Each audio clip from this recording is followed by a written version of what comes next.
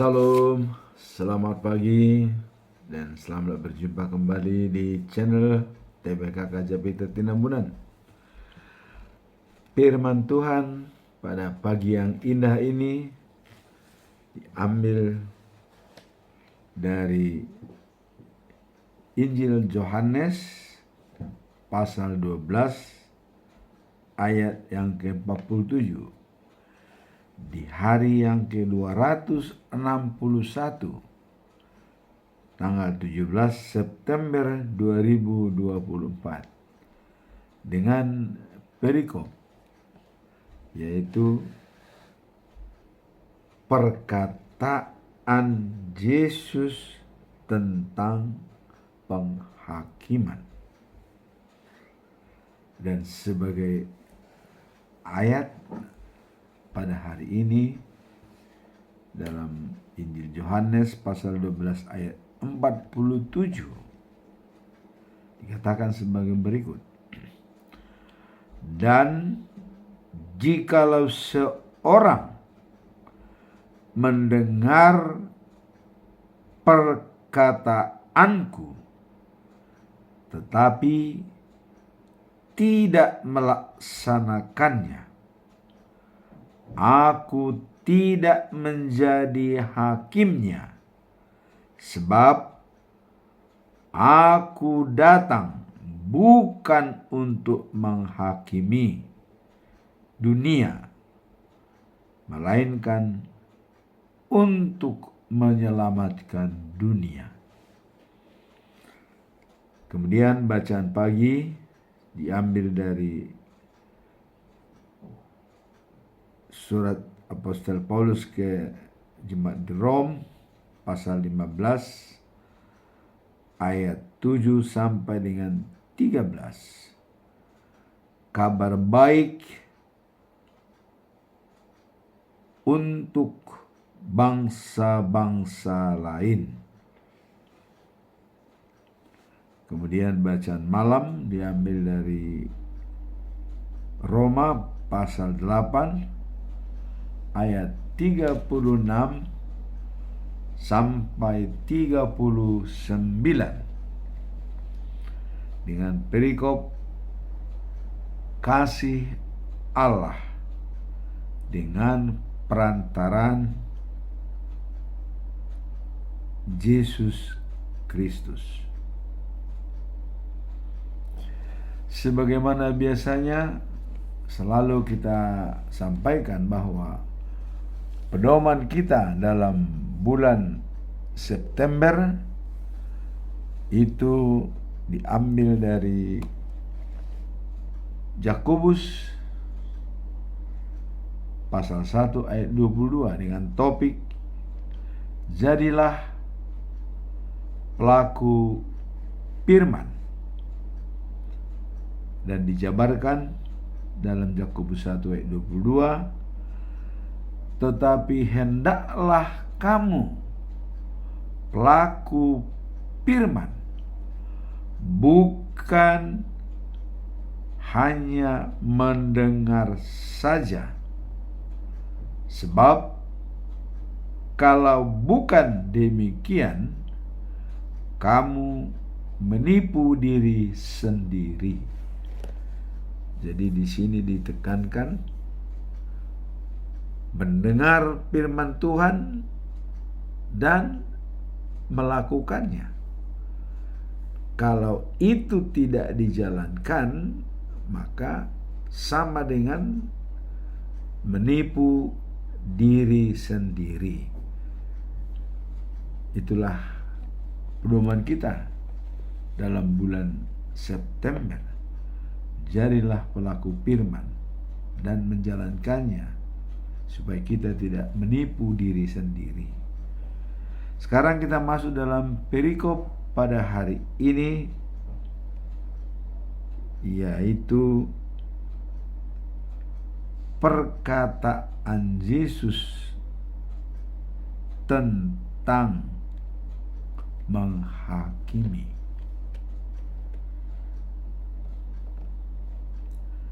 Apa makna dalam Yohanes pasal 12 ayat 47 tersebut. Dan apa tujuannya? Tujuan Yesus datang ke dunia ini adalah untuk menyelamatkan dunia, bukan menghakimi. Itu yang utama. Dalam konteksnya penghakiman, ya, Yesus menekankan bahwa setiap orang yang mendengarkan perkataannya dan tidak menerimanya akan dihakimi oleh firman yang telah disampaikan. Jadi apabila ada orang, ya, tidak mendengar perkataan Yesus, ya, atau mendengar tapi tidak melaksanakannya. Tadi Yesus mengatakan tidak menghakimi, tetapi firman itu sendiri yang akan menghakiminya. Ya. Jadi firman yang telah disampaikan ini, itulah yang akan memberikan penghakiman. Ini menunjukkan bahwa ada tanggung jawab pada setiap individu atau setiap orang untuk merespon pesan kasih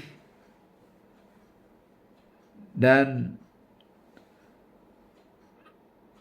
penebus yang memberikan keselamatan yang ditawarkan oleh Yesus. Jadi apabila orang tidak menerima keselamatan itu, firman itu sendiri yang akan menghakiminya. Yesus mengatakan dia datang ke dunia bukan untuk menghakimi, ya, bukan, tetapi menyelamatkan. Tapi apabila seseorang tidak menerima firman itu sendiri, ya, mendengar dan tidak menerimanya, tadi kita lihat dalam Yakobus 1 ayat 22, ya, orang yang mendengar firman tapi tidak menjalankannya, dia menipu dirinya sendiri. Jadi Yesus juga mengatakan bukan Yesus menghakimi, tapi firman itu sendirilah yang akan menghakiminya, karena dia telah menipu diri sendiri. Para ahli kitab juga menyoroti bahwa penghakiman di sini bukan hanya tentang sikap Tuhan Yesus yang adil, tetapi juga tentang, ya, perilaku manusia untuk menerima atau menolak dia. Jadi di sini dikatakan, ahli kitab mengatakan bahwa menyoroti bahwa penghakiman di sini bukan hanya tentang sikap Tuhan Yesus yang adil, ya, bukan. Tetapi juga tentang ya, pilihan manusia. Jadi ada choice, pilihan, kebebasan, kehendak memilih, ya, menerima atau menolak Dia. Jadi ada pilihan. Kalau dalam ilmu Seven Habits mengatakan everybody, ya, freedom to choice. Jadi semua orang bebas untuk menentukan pilihan. Nah, dan juga semua orang bertanggung jawab atas pilihan. Nah, di sini apakah menerima Yesus atau menolak itu adalah pilihan, ya. Nah, karena penghakiman di sini bukan hanya tentang sikap Tuhan Yesus yang adil, tapi ada kalanya adalah perilaku manusia menentukan pilihan sendiri, menerima atau tidak. Nah, dengan demikian, ya, ajaran ini mengajak kita untuk hidup dalam pengertian dan kasih akan Tuhan. Jadi pengertian akan kasih Tuhan. Kita diselamatkan karena kasih Tuhan. Kasih Tuhan itu adalah anugerah. Keselamatan itu anugerah, ya. Jadi kita, ya, diselamatkan dengan kasih Tuhan. Nah, sehingga dengan demikian ajaran ini mengajak kita untuk hidup dalam pengertian dan kasih akan Tuhan, serta, ya, mengambil bagian dari mana? Dari rencana keselamatan itu.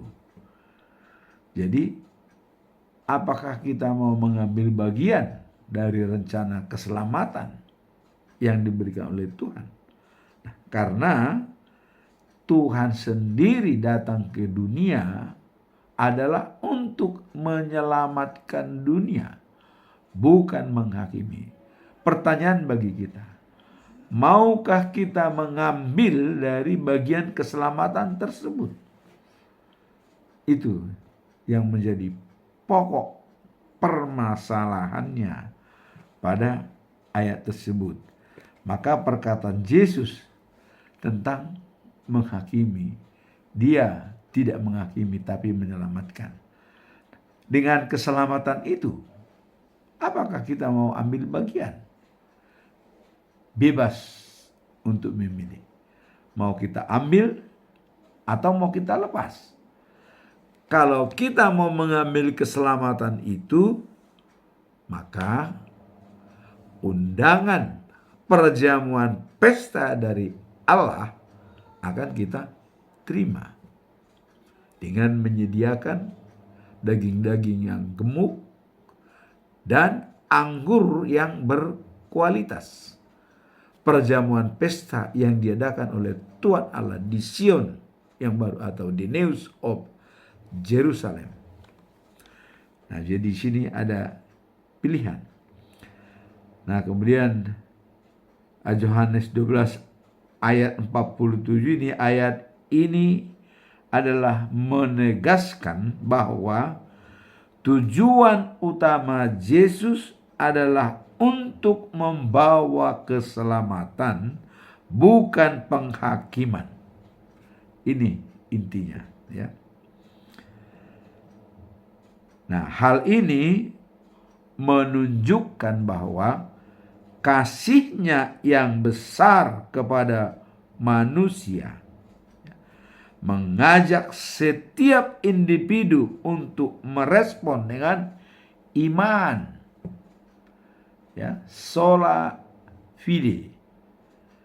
Kita diselamatkan hanya karena iman, percaya.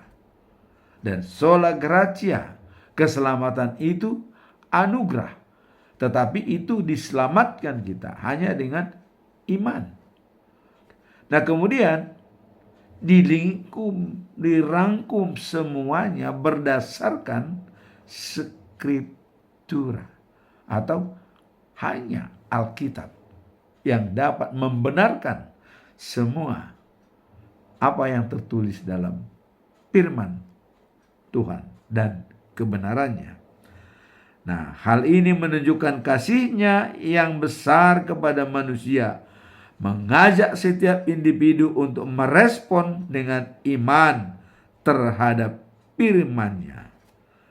Nah, dalam konteks ini ya, penghakiman bukan keputusan sepihak dari Tuhan.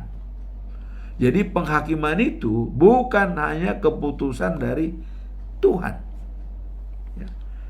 Nah, melainkan ya, hasil pilihan manusia dalam menerima atau tidak atau menolak pesan keselamatan yang Yesus berikan. Nah, itulah tadi dikatakan ya, banyak orang mendengar tapi tidak melaksanakan. Tapi Tuhan tidak menghakimi. Nah, tapi penghakiman itu datang karena pilihan manusia. Ya. Kita dihakimi ya, itu atas pilihan kita sendiri, menerima atau tidak pesan dari Tuhan, keselamatan yang diberikan, ya. Karena kita lihat dalam Yohanes pasal yang ketiga ayat 16, ya.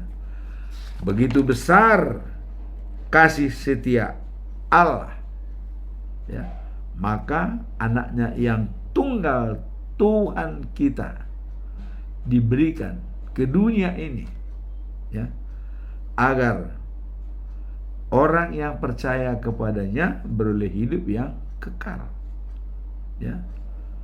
Jadi bukan binasa, dan kemudian menginginkan pertobatan manusia. Jadi penghakiman itu adalah pilihan daripada manusia, bukan hanya karena Tuhan menghakimi manusia, bukan. Tuhan menentukan pilihan, dan atas pilihan kita, ya, yang kita lakukan di dunia ini, yang sudah diberikan oleh Tuhan, bahwa keselamatan itu Tuhan mengatakan, "Akulah jalan, kebenaran, dan hidup. Tanpa melalui Aku tidak ada yang bisa sampai kepada Bapa." Jadi keselamatan itu sudah ditunjukkan kepada kita. Dan penghakiman itu bukan sepihak dari Tuhan, tetapi atas pilihan kita. Itu yang ditentukan oleh Tuhan. Jadi semua itu berpulang kepada manusia. Jadi itulah makanya Tuhan bukan menghakimi, tetapi adalah menyelamatkan.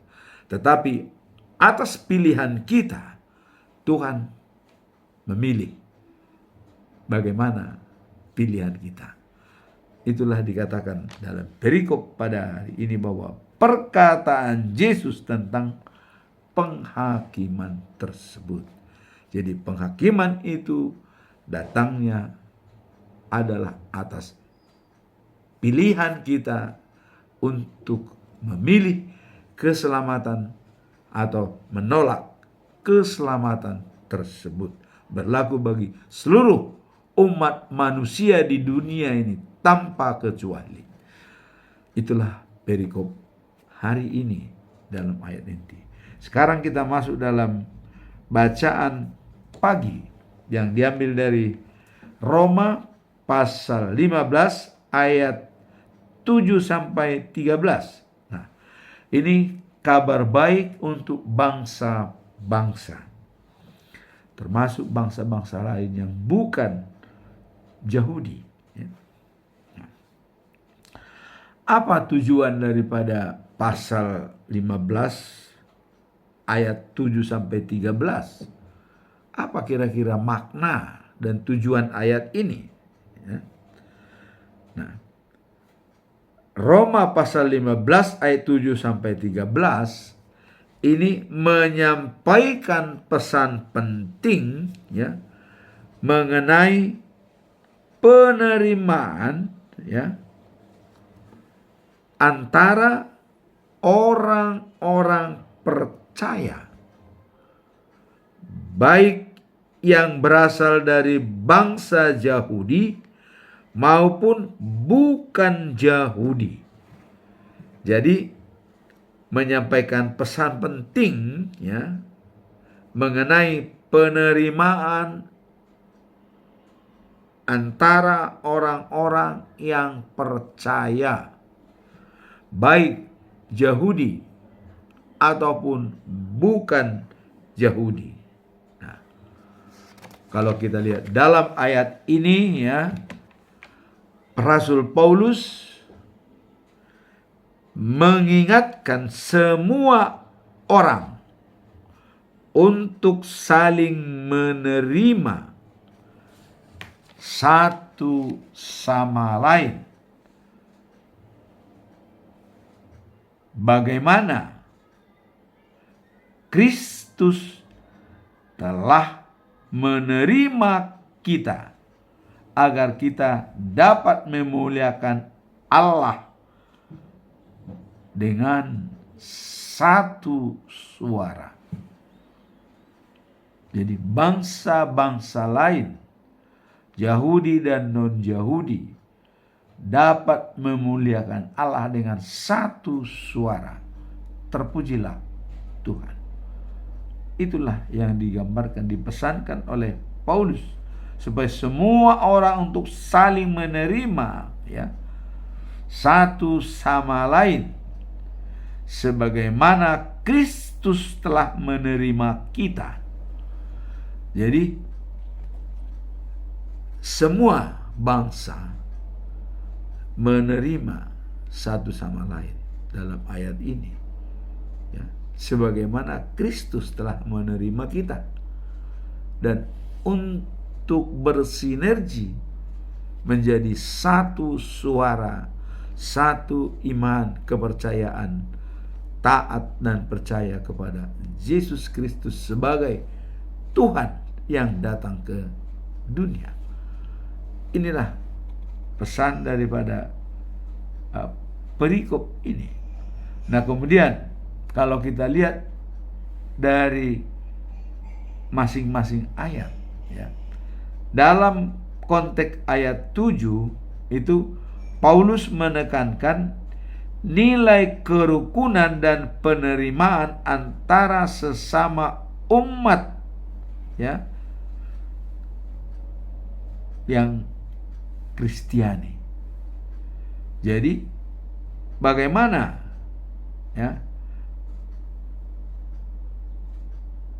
menekankan nilai kerukunan itu dijaga sesama umat Kristen. Itu di dalam ayat 7. Nah, ia menunjukkan bahwa Kristus datang untuk melayani orang Yahudi dan juga membuka pintu keselamatan bagi bangsa-bangsa lain. Jadi terbuka kemungkinan bagi bangsa-bangsa lain, bukan hanya Yahudi. Nah, dan itu sudah pernah dijalankan oleh Petrus waktu dia diundang oleh Cornelius yang bukan Yahudi tapi orang Italia, dan bahkan dengan kelompoknya banyak yang belum mengenal Tuhan. Tetapi sengaja diundang oleh Kornelius supaya Petrus menjelaskan siapa sebenarnya Tuhan Allah itu. Maka dijelaskan oleh Petrus bahwa Tuhan Allah adalah tidak diskriminasi dan Dia sayang kepada semua umat manusia. Dengan penglihatan dia, waktu Allah memberikan semua jenis binatang berkaki 4 dan semua binatang liar dan semua binatang yang menjalar, ya, dan burung-burung diserahkan oleh Tuhan Allah, sembelih dan makan, tidak najis. Demikian juga Petrus melayani Kornelius, ya, bahwa kabar baik itu sampai juga kepada orang yang bukan Yahudi dengan bangsa-bangsa lain. Dan inilah ditekankan pada ayat 7 di sini bahwa memberikan pintu keselamatan bagi bangsa-bangsa lain. Nah, kemudian yang kedua di ayat 8, Paulus menjelaskan bahwa hal ini telah dinyatakan melalui nabi yang menubuatkan bahwa bangsa-bangsa lain akan memuji Allah, ya, dan mengutip kitab suci yang menunjukkan bahwa bangsa-bangsa yang bukan Yahudi juga diundang bersukacita dalam Allah, seperti Kornelius yang kita sebutkan tadi. Jadi sudah menjadi terbuka kabar baik itu kepada semua bangsa-bangsa yang bukan Yahudi, termasuk bangsa Indonesia, khususnya bangsa Batak, menerima keselamatan yang dijanjikan oleh Tuhan, yang diberitakan oleh Tuhan Yesus Kristus untuk menjadi hidup sejati dan kekal.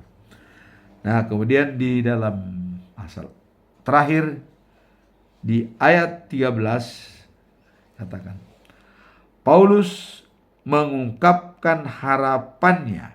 Nah, ini ada harapan agar Allah sebagai sumber pengharapan memenuhi hati umatnya dengan sukacita dan damai sejahtera, sehingga mereka dapat beroleh kekuatan oleh Roh Kudus.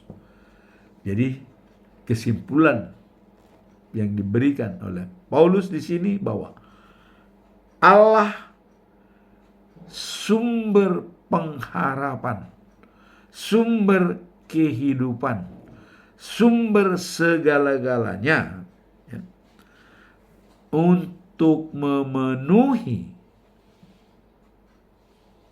kepada semua umatnya dengan sepenuh hati, dengan sukacita dan damai sejahtera, sehingga mereka dapat beroleh kekuatan, diteguhkan oleh Roh Kudus, sehingga kita layak menjadi rumah Tuhan, seperti dikatakan oleh Daud, saya berada di rumah Tuhan sepanjang masa. Rumah Tuhan itu adalah dirinya. Kalau kita sudah dikuatkan oleh Roh Kudus, maka kita menjadi rumah Tuhan.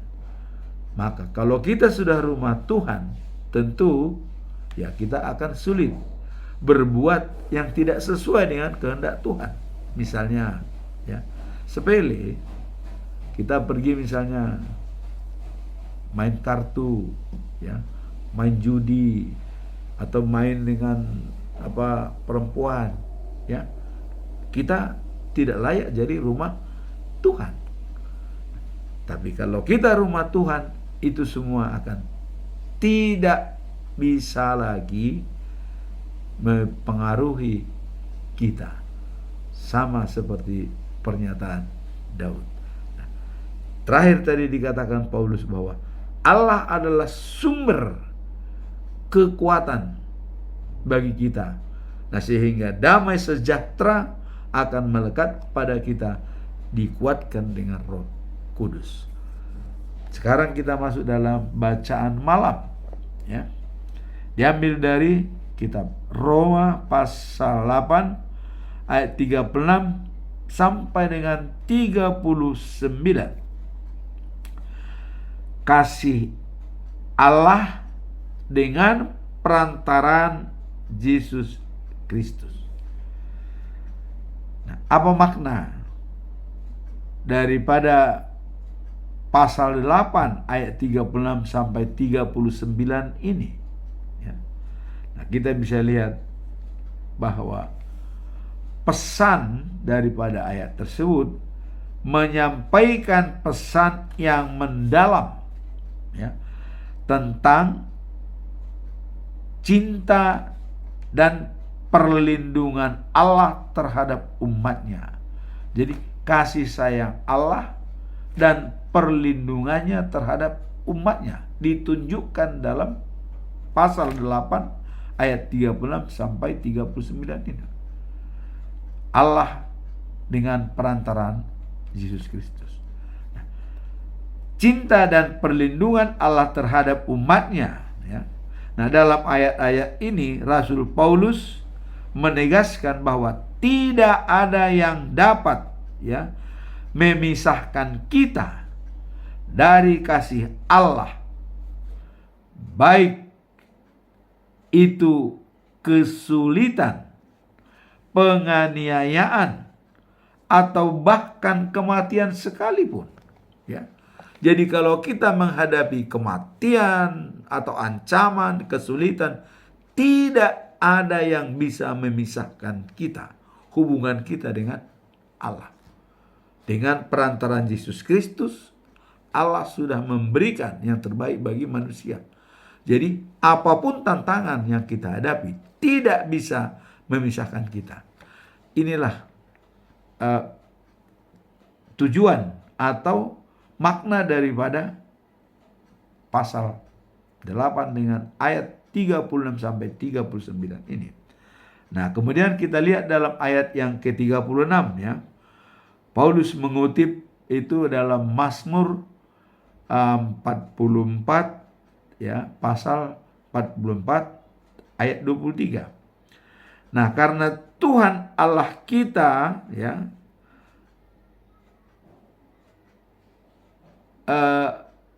kita ikuti, jadi nampaknya kita ini sudah dianggap seperti domba-domba, ya, yang akan disembelih, ya, karena menghadapi tantangan. Kita pengikut Tuhan. Jadi tantangan itu seolah kita seperti domba-domba yang akan disembelih. Tapi Tuhan mengatakan, tidak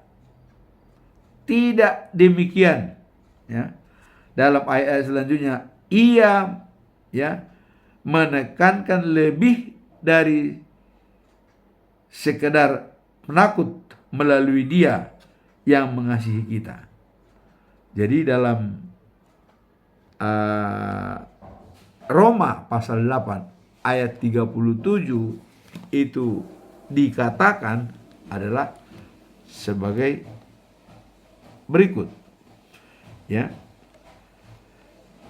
Dalam Alkitab tertulis dalam pasal 30, dalam ayat 36 dikatakan tadi bahwa sepanjang hari kami hidup di dalam bahaya maut karena Engkau. Kami diperlakukan seperti domba-domba yang disembelih. Tapi di sini dikatakan tidak.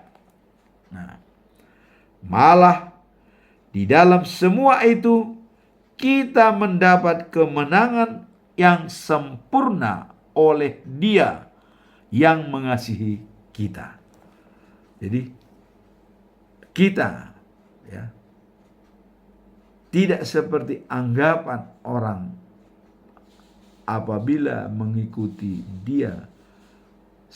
Kayaknya kita seperti domba-domba yang akan disembelih. Tapi dikatakan tidak. Ya, dikatakan di sini tidak. Malah di dalam semuanya itu kita mendapat kemenangan yang sempurna oleh Dia yang mengasihi kita. Kalau Daud mengatakan, ya, Tuhan gembalaku, aku takkan kekurangan apapun. Itu ditulis dalam Mazmur 23 ayat yang 1. Tuhan adalah gembalaku, aku takkan kekurangan. Jadi benar-benar kalau kita berada di dalam Tuhan, tidak ada yang akan mengganggu. Bahkan tadi dikatakan, ya, walaupun ada penganiayaan atau penindasan, bahkan kematian pun yang akan merenggut kita, tidak bisa dipisahkan hubungan kita dengan Tuhan. Itulah kalau dikatakan oleh Amsal, ya, dalam Amsal 24 ayat 3, ya, dikatakan orang bijak tahu datangnya bahaya, tapi orang bodoh tutup mata dan mati. Nah, setiap orang bijak tidak akan pernah putus hubungan dengan Tuhan. Karena orang bijak tidak bisa menjamin kalau dia hidup 1 jam lagi, besok atau lusa. Tidak bisa menjamin. Maka untuk menjamin hidupnya, dia selalu berdoa, Tuhan bersamaku setiap kepergian, setiap kemana, selalu Tuhan di dalamnya. Itulah beda orang bijak dengan orang bodoh. Kalau orang bodoh, dia masih menjamin, oh besok masih bisa hidup, udahlah, tidak usah berdoa juga hari ini, besok aja, tunggu, ya. Nah, inilah bedanya orang bijak dan orang bodoh. Nah, sekarang kita dikuatkan dalam perikop hari ini, ya, yang dalam bacaan malam ini, ya, katakan bahwa kasih Allah dengan perantaraan Yesus Kristus. Jadi sudah diberikan, disempurnakan di dalam kasih Tuhan Yesus Kristus. Nah, kemudian pada ayat 13 Paulus menekankan, ya, tadi harapan, ya, agar Allah sumber. Nah, kalau di bacaan malam ini dikatakan bahwa menjadi kesimpulan dari pasal 8 ayat 38 dengan 39. Nah, ini menggarisbawahi bahwa keyakinan bahwa tidak ada sesuatu pun termasuk hidup atau mati, ya, atau penguasa baik, ya, yang ada sekarang maupun yang akan datang dapat memisahkan kita dari Allah. Jadi apapun penguasa sekarang dan yang akan datang, tidak akan ada yang bisa memisahkan kita dari Allah di dalam Yesus Kristus. Nah, kemudian hal ini, ya, mengingatkan kita bahwa kasih Allah itu abadi, ya, dan sejati, ya, tak peduli gangguan apapun situasi yang kita hadapi. Jadi dengan kasih Allah, ya, yang menjadi pegangan kita, apapun gangguan yang kita hadapi, baik dari penguasa atau siapapun, tidak bisa memisahkan kita dari Allah. Karena Allah sudah memberikan anaknya yang tunggal, Yesus Kristus, sebagai perantara.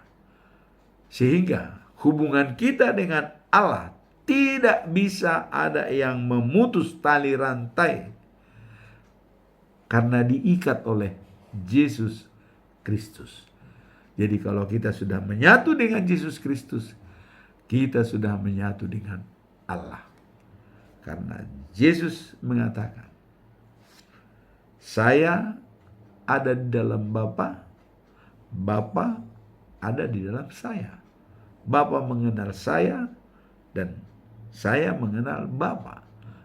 Kalau Anda sudah berada dengan saya, berarti sudah berada di dalam Bapa. Itulah makanya dikatakan oleh Yesus, akulah jalan, kebenaran, dan hidup. Tanpa melalui aku, tidak ada yang bisa sampai kepada Bapa. Nah, sekarang kesimpulan kita pada hari ini, ya, dikatakan bahwa yang pertama tadi tentang penghakiman, ya, bahwa Yesus datang ke dunia ini bukan untuk menghakimi, tapi menyelamatkan. Kalaupun ada penghakiman, itu adalah atas pilihan kita. Adanya penghakiman, ya, karena kita ada dua pilihan, mengikut Yesus atau tidak. Kalau kita sudah mengikut Yesus, tidak ada lagi penghakiman. Tapi karena ada dua pilihan itu, maka ada penghakiman. Maka Yesus mengatakan, saya bukan menghakimi, tapi menyelamatkan. Jadi tidak ada penghakiman kalau kita sudah pure pengikut Yesus. Ya, kita lihat, kalau Adam dulu tidak jatuh dalam dosa, kita ini enak semua, bebas, tidak ada yang penghakiman, semua berada di Taman Eden, ya. Tapi karena Lucifer turun dari surga, mengacau dunia ini, ya, diganggulah, maka ada penghakiman. Sepanjang memang kita percaya kepada Tuhan Yesus, tidak ada penghakiman, kita diterima langsung. Tapi karena ada penilaian, percaya atau tidak, dan percaya ini pun, ya, terus menerus atau hanya sementara. Nah, maka dalam Galatia 6 ayat 9 dikatakan, jangan jemu-jemu berbuat baik, karena kita akan menuai, ya, pada suatu saat bila. Nah, jadi ada bilanya, kita tidak lemah. Artinya keyakinan kita itu berada sepanjang masa di rumah Tuhan. Seperti Daud, aku berada di rumah Tuhan sepanjang masa. Rumah Tuhan itu adalah dirinya sendiri. Rumah Tuhan adalah diri kita. Kalau kita berada di dalam rumah Tuhan, dalam diri kita sepanjang masa, berarti kita Roh Kudus yang berada. Itulah firman Tuhan pada hari ini. Nah, kemudian tadi disampaikan juga bahwa kabar baik itu bukan hanya Yahudi, tapi juga termasuk bangsa-bangsa lain semua. Nah, kemudian dengan perantaraan Kristus kita diselamatkan dan tidak terputus hubungan dengan Tuhan. Demikianlah firman Tuhan pada pagi hari ini. Semoga kita bisa mendapatkan Roh Kudus untuk menjadikan diri kita sebagai rumah Tuhan. Amin. Tuhan memberkati.